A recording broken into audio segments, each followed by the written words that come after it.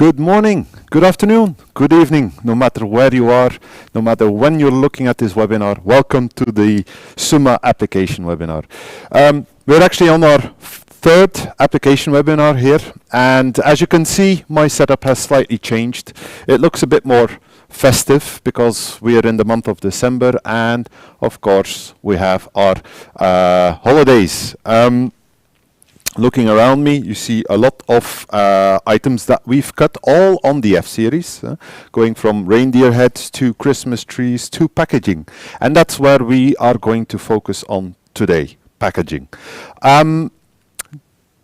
Because we want to do it slightly different than our previous two webinars, we're not going to have a Q&A session at the end of the webinar. What we are going to do is just use the chat to pose any questions you might have, and we will reply later on using email or using our website. So if you have any questions, don't hesitate, just post them in the chat and we'll come back to you later on with the answers. So without further ado, let's go to our machine. So here we are with our new baby. So, well, we have actually launched the 3X version of our flatbed systems a month ago. This here is the 1612, 1.6 meter wide, 1.2 meter depth. Very popular size as a flatbed cutter. Why? Because it has all the functionality that a larger flatbed would have with a very small footprint. You can do anything you want on these on this size. Actually, you can have a router system attached. You can do textiles. You can do packaging. You can do all the standard sign and display materials. The only limitation you have is, of course, the width. The machine itself has a conveyor, so you can easily load up roll material or longer boards as well. Additionally, which is not yet on this unit, is you can have a table extension in front to have a larger take-off area. Now 3X, in the previous webinar, we've briefly explained what 3X means. Well, here I'm going to do it again, because first of all, you'll notice for people who are acquainted with our units is we have a left ADC. Now an ADC, as adopters of the Summa technology know, this is actually a device that will set your knife depth correctly. So this will avoid mishaps like not cutting deep enough or cutting too deep. You don't want to cut in your conveyor too deep, because that will destroy, and eventually you need to replace this. So on the 3X we have a left one and a right one. Furthermore, we have our security system here. This is actually the bumper, and in front and at the rear you have a laser beam that protects the operator from any harm. So if I were to stand here while the machine is working, the machine will pause and I can then continue from our software. 3X again. Why? Well, because you have a left and a right ADC, you can actually fit 3 modules on the head, and all 3 of them are able to be, let's say, read by the ADC. In the past we only had the right ADC, and then we were focusing on putting your active tools on the right. Now basically you can put them anywhere you want. Now 3 modules here. Why 3 modules? Well, further on in the webinar we'll be cutting some cardboard, of course, and we'd like to, let's say, deal with a couple of misconceptions about cardboard, especially the cardboards that we're going to cut today. We're going to cut today is E-flute cardboard, which is a very thin, rigid material used a lot in packaging, and this is something we'd like to touch upon later on, why we have here these 2 tools. So the 3 modules, so here we have 3 tangential modules, and we have a camera module here as well. The camera module is always on the unit, and on the 1612, unlike the larger units, all the connectors are positioned on the camera module itself. So you have 2 electrical connections, and you have 2 pneumatical connections. So pneumatic connections are for tools needing additional air. Now, packaging. When we talk about packaging, one of the things that we're going to do is not only cut cardboard, but we will also crease cardboard. And during the webinar, I like to focus on the new creasing wheel. So if you look here, this is the new creasing wheel that we launched a couple of months ago. It actually has a larger wheel. What's the benefit of having a larger wheel? Well, first of all, having a larger wheel will allow you to crease a lot faster, because having the larger wheel will reduce the friction on your material. Otherwise, with a smaller wheel, you will have a lot more pressure in a very small area where this is being flattened out over the complete width of the wheel. It has a very thin, let's say, piece in the middle, and this is actually going to make our crease. The rest is just supporting the wheel. Now, because this is a lot larger wheel, we can't fit it immediately in the module. So what we're going to do is we have a screw here that we can loosen, and then you have 2 parts. You have the bottom part, and then you have the shaft. The shaft, of course, goes into the module. Let me just position this here and tighten it. So tightening the tool is the same like the other tools. Once it's tightened, you have your bottom part, your wheel, that you can insert underneath, and then you can tighten it using the top screw here. So once it's in here, I can say in my software, go online, and then you will notice that all the tools are being rotated. While they're rotating, we are reading the barcode, which is, let's say, printed on the shaft. This barcode will indicate to the machine and to the software what kind of tool is installed on the unit. So in terms of making a mistake, in terms of putting in the wrong tool, this is no longer the case, because the modules and the machine and the software will know what kind of tool you've installed. So if you're installing let's say a cutout knife instead of a creasing wheel, and you request a creasing wheel in your file, the machine will say, hey, I will not start to cut this or crease this because there is no wheel included. So let me just press online here, and you'll notice a couple of things. Because we have a left ADC, you will see that the first module that we will set the knife depth to is the left one. So this one goes all the way to the left. It goes down, measures the tip of the knife, and it will know how deep it needs to cut. Additionally, what we can do is press the ADC button to, let's say, measure the knife parameters, the origin, the lat, and the long, which we're going to do on the first module as well. This just takes a couple of seconds, but this will give us a nice, let's say, starting position to get the best quality. We haven't shown this in the previous webinars, so I'm going to show this now.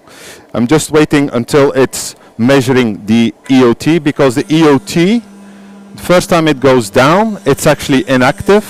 Once it knows that position, it will activate the EOT. It will start to oscillate, and then we will remeasurement. This is to give us the best, let's say, the best measurement to determine the knife depth. So if we go back to our software here, I can simply click on my tool here. As you can see, it's a heavy-duty cutout tool, and there is a button here on the bottom right. When I press this, the tool will start to measure on the left ADC. It will do a couple of movements.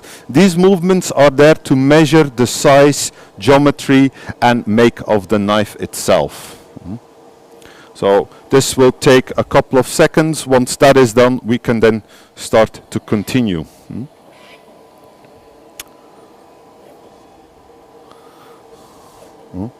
So we are just in the last test. Just imagine doing this with material, going through several tests and choosing the best values. Here everything is done for you. So basically when you load up a new knife, this is the first thing you're going to do. It's going to set your knife depth, and then you're going to measure your knife geometry.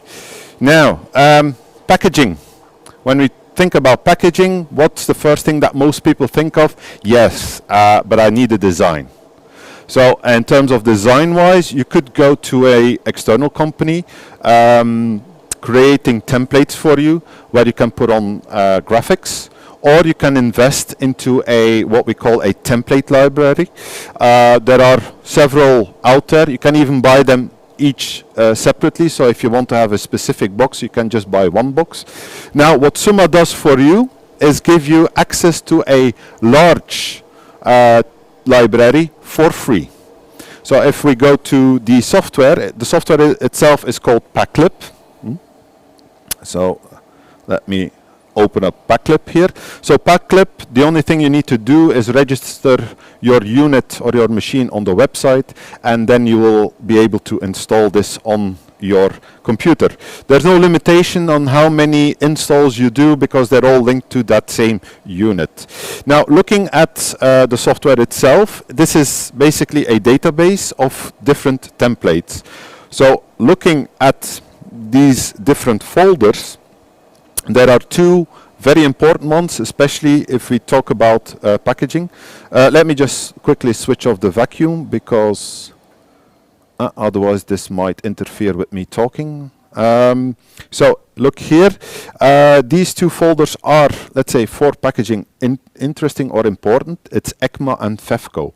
Ecma is basically, to make it very simple, is what you would cut on thick plain cardboard. So not corrugated cardboard, just standard plain cardboard. For instance, 265 grams of paper, 300 grams of paper, very thick paper basically. Fefco on the other hand is different. Fefco is more what you see as a standard box, cut and creased, of course, on corrugated cardboard. So if you have corrugated cardboard of a certain type, you can actually have a Fefco design on there. Even if you go to a manufacturer of cardboard boxes, you will be able to choose, let's say I need Fefco 0330, and then he will know what kind of shape you want. The only thing you need to tell him is, of course, the size of the box, because all these sizes are adjustable. Furthermore, if we look closer to the other folders here, we have everything ranging from displays. If I click on this, you will see different kinds of displays, so POS, POP displays, or even honeycomb boards or reboard. Here it's Zenita.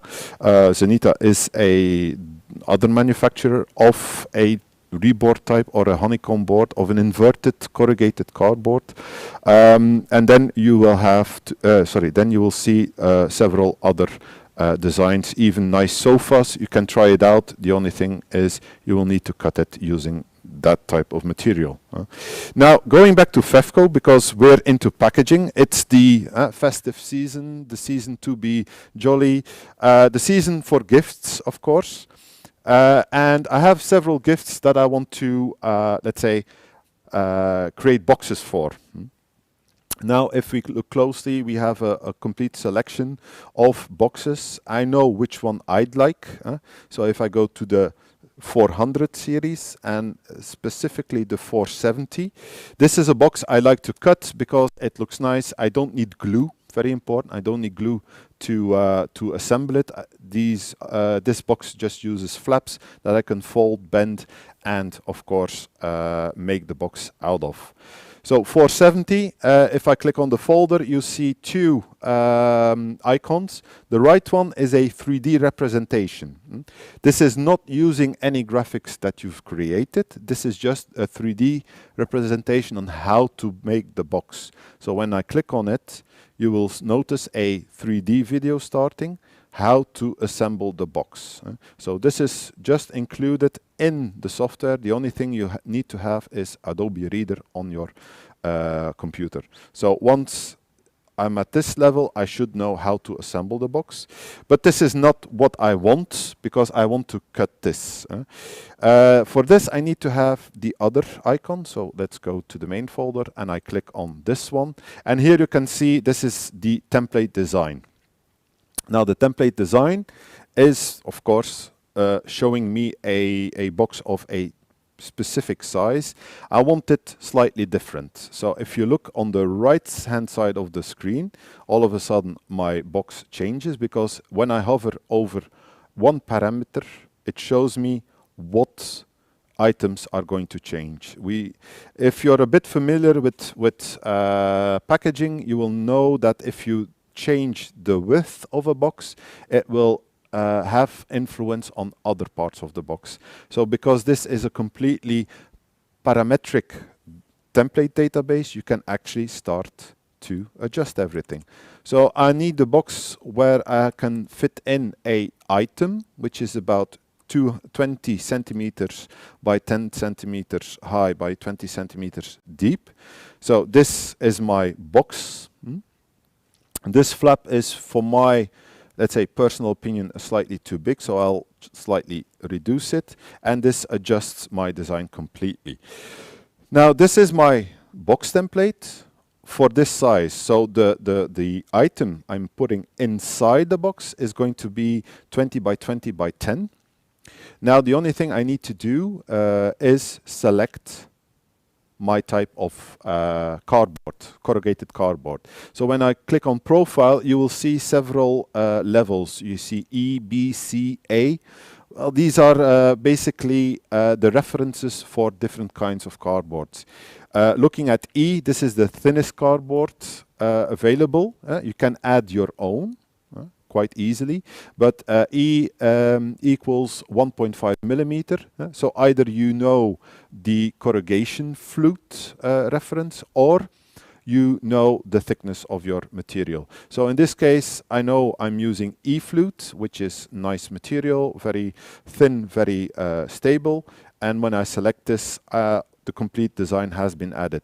Just look at these creasing lines. If I go to A, for instance, these are further apart. So just by changing my profile of material, it changes my design as well. Now, when I want to cut this, I have two choices. Actually, three choices. One is I immediately send to Summa. So this will create a cuttable file, including material information, that I can use within, let's say, GoProduce. So when I import this in GoProduce, it will automatically select the right material. All my methods have been selected correctly. So the only thing I need to do is import and cut. That's all. The other possibility is to export this as either a DXF, a PDF, or an Illustrator file. Why? Well, as you can see, there is no, let's say, tools in here. There are no tools in here to add graphics. So if you want to add your personalized graphics, you can actually import this in Illustrator. When you import this in Illustrator, you have all your design, let's say, design tools at your disposal. You can even use Photoshop. You can even use CorelDRAW. As long as you have the template, you can add your graphics. Now, this is not what I wanted, because I want to actually optimize my board.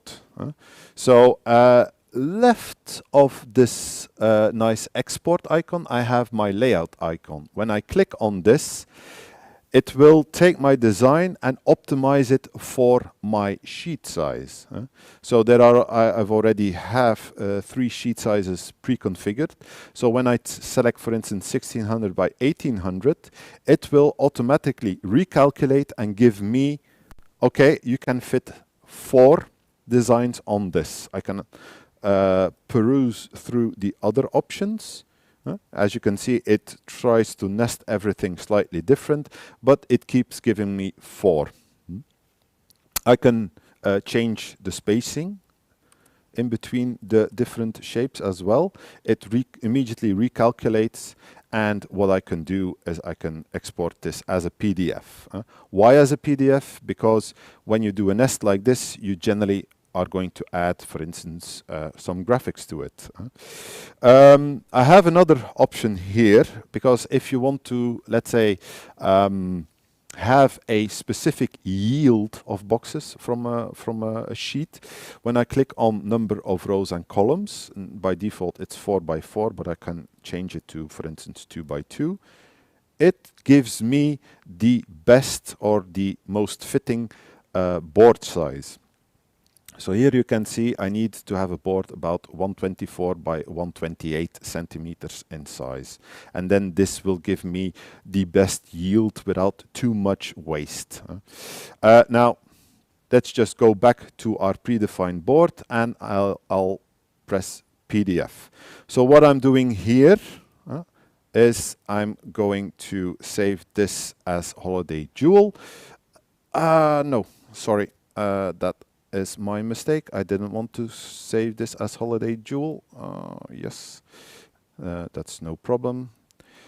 Let's go to Go Produce. So when I go to Go Produce and I press Import and I select that file here. No.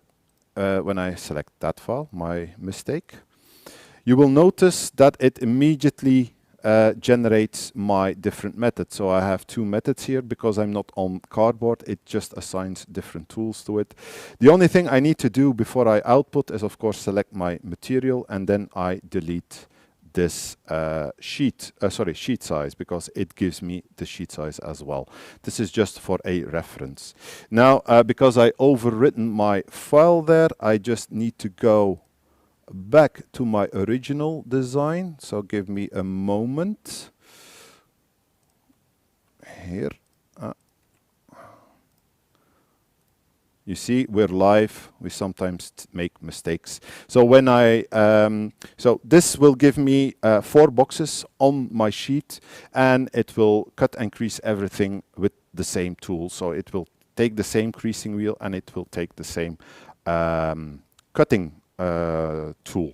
Now, this is not what I wanted to show you, because one of the misconceptions in cardboard is that you can only use an EOT, an electronic oscillating tool, to cut corrugated cardboard. In general, this is what we advise. Always use an EOT. However, in some cases, an EOT will be slow. If you go to a full production setup, this will be slower than having what I call a passive knife, because the oscillation will reduce your cutting speed. We can't oscillate that fast to go to 1 meter per second. So the maximum cutting speed we have on an EOT is about 300 millimeter per second.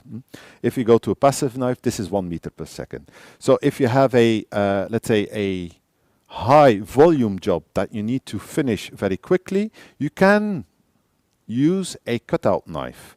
Now, why don't we advise this? Because you will need to replace your knives a lot. Because cutting paper, cutting cardboard is quite abrasive for your knife. And if you do this with a static knife, your knife will heat up quite quickly, and its lifetime will be reduced quite quickly as well. If you go to an EOT will saw your material, but because it's doing a oscillating move, so like a jigsaw cutter, the knife goes up and down, it will actually, let's say, spread out the wear, and your knife will last a lot longer. Additional benefit is that the knives on an EOT are a lot, let's say, smaller in size, so you can cut smaller details. So a few things to consider when you're cutting cardboard is, do I cut small details? Do I need to cut fast?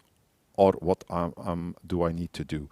So let's go to the file I've prepared, because that file is the Jewel one here. So I press open.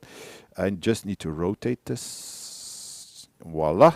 Now you will notice a few things. First of all, I have 3 layers, or 3 methods: crease, through cut, and through cut alt.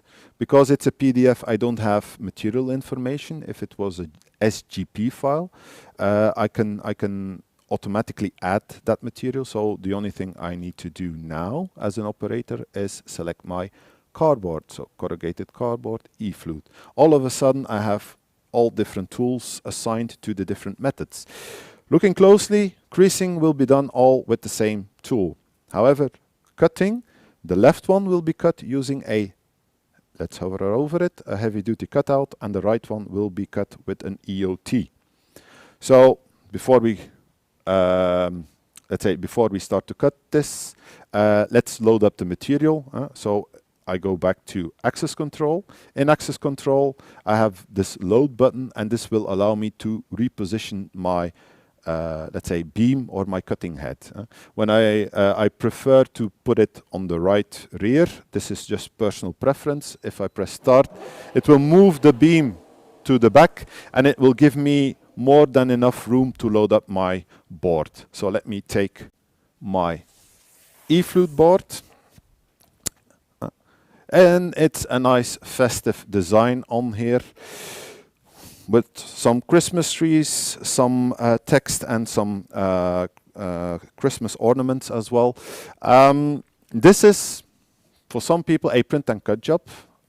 For me as well, because this is a printed sheet and we're going to cut something on there. The only difference is with what we generally call print and cut is it does not use any registration marks, because where the design is related to my box is not relevant in this case. It's only when I have specific text to put on a specific part of the box that I'm going to use registration marks, and those registration marks will then be scanned by the machine, and my outline will be cut and creased on my material. Another misconception, which I've had a lot during demos, is where do I crease? Do I crease on the print side, or do I crease on the non-printed side? Well, in some cases you can do both. To be on the safe side, I'm going to crease on the non-printed side, because creasing on the printed side will relate to how well your ink reacts to being compressed. If you have a ink that cracks while it is being compressed, then the solution is to crease on the non-printed side. If you have ink which doesn't react under the pressure of the crease, then basically you can crease this on your printed side quite easily. In this case, I'm not sure, but I'm sure, but I just wanted to show I'm not sure. So I'm going to crease on the rear side, because it doesn't matter where my design is compared to my print. I'm not going to do any reading of registration marks. I'm just going to put on my sheet on the unit itself. So let me just position it on my machine, go back to my software. When I press apply, what will happen is my beam will come forward, the vacuum pump is activated, and I can then start to work. The only thing I need to do here is set my starting position. So let me just position this on my material, so I'm sure that it's going to give me a cut on the printed side. And then I'm going to go to my software to go produce and press output. So let me press output to sheet, run. And you will notice that all the creasing will be done at the same time.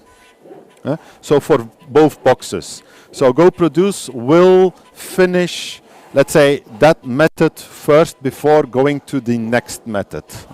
So creasing itself is quite easy, and then cutting. Cutting, you will see when I'm cutting using the heavy duty cutout, it goes quite fast. The only thing I need to consider is that, of course, small details will not be possible. Also, when I do a lot of boards, it could be that on a daily basis or on a bi-daily basis, I need to replace my knife. If I do this with the EOT, which is the next box, this will mean that the EOT will last you a lot longer. The only big major difference between both of them is that the EOT will be slightly slower because the heavy-duty cutout is cutting at, I think I set it up to about 80% of maximum speed, so 800 millimeter per second. The EOT is cutting at around about 300 millimeter per second, which is slower. But if you do this like in an automated production, so the only thing you need to do is put on the sheet, this will not interfere that much in terms of productivity. So let's just wait until this is finished. Then what I'm going to do is I'm going to take out my box, assemble it, and we will see that basically both have the same, let's say, the same quality, because this is quite a simple box. If you, for instance, put some text or Christmas trees that you're going to cut out under your box, on your box, it will of course be much nicer using the EOT. Now, to assemble it, I'm not the best doing this, but I'll try to do this quickly. So this is one, this is the other. If I push this down, I can push down this side, and I can push down this side, and I have my first box. And this is cut using the EOT. Nicely, quite easy to assemble. Now let's try the same with the one done with the cutout. Like this. You always need to pre-fold everything before assembling it. So I'm getting better and better at making these boxes, which is good. Just in time for the Christmas holidays. And here I have my other one. So as you can see, they both look the same. The difference is this one is cut at twice the speed using the heavy-duty cutout, and this one is cut using, the EOT at half its speed. The major advantage here is, of course, speed. The disadvantage is here you will be able to cut many more boards, whereas here you can cut a lot less boards before needing to replace your knife. So this is just a consideration you need to do when you're defining your workflow, especially defining your material manager, where you're assigning your tool to a method, is that what is your productivity necessity? The faster you want to do, the more passive your knife will be, because you're dragging through your material. The drawback is, of course, because you're dragging through your material, you will have a lot more wear on your knife, and this will result, of course, in needing to replace your knife a lot quicker. If it's just simple boxes, of course. So, just wanted to keep this short and tidy. So we've seen pack clip, we've seen briefly the 3X, we've seen it cut and crease this type of cardboard using two types of tools. Now let's go back to our desk here. So welcome to my desk. Packaging is very nice. A lot of people use, of course, flatbeds for this.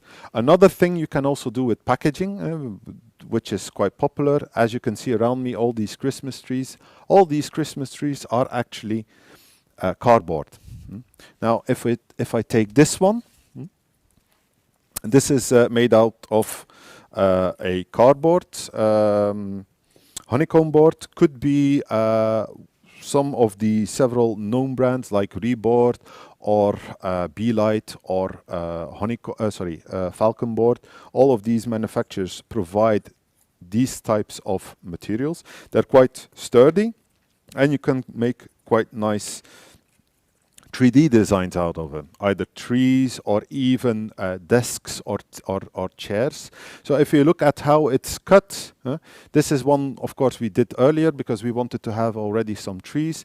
As you can see, we're not using a oscillating tool, sorry, not an electronic oscillating tool, we're using a pneumatic oscillating tool. So in terms of what is different between an EOT and a POT, electronic, pneumatic, is that the POT uses air to oscillate its knife, and this air is a lot, let's say, has a lot more force to, let's say, go through the material. So you get a lot more power while you're oscillating, so it's not being restricted by the material. What is also the case is that on the POT we use a lot thicker blades, and this will allow you to cut these types of materials to quite thick, to a quite big thickness. So looking at the standard POT, we can cut about 20 to 22 millimeters of these types of materials, or foams, or other types of packaging materials. So nice Christmas trees, as you can see, we've done a few. And as I said in the beginning, it's the time for presents.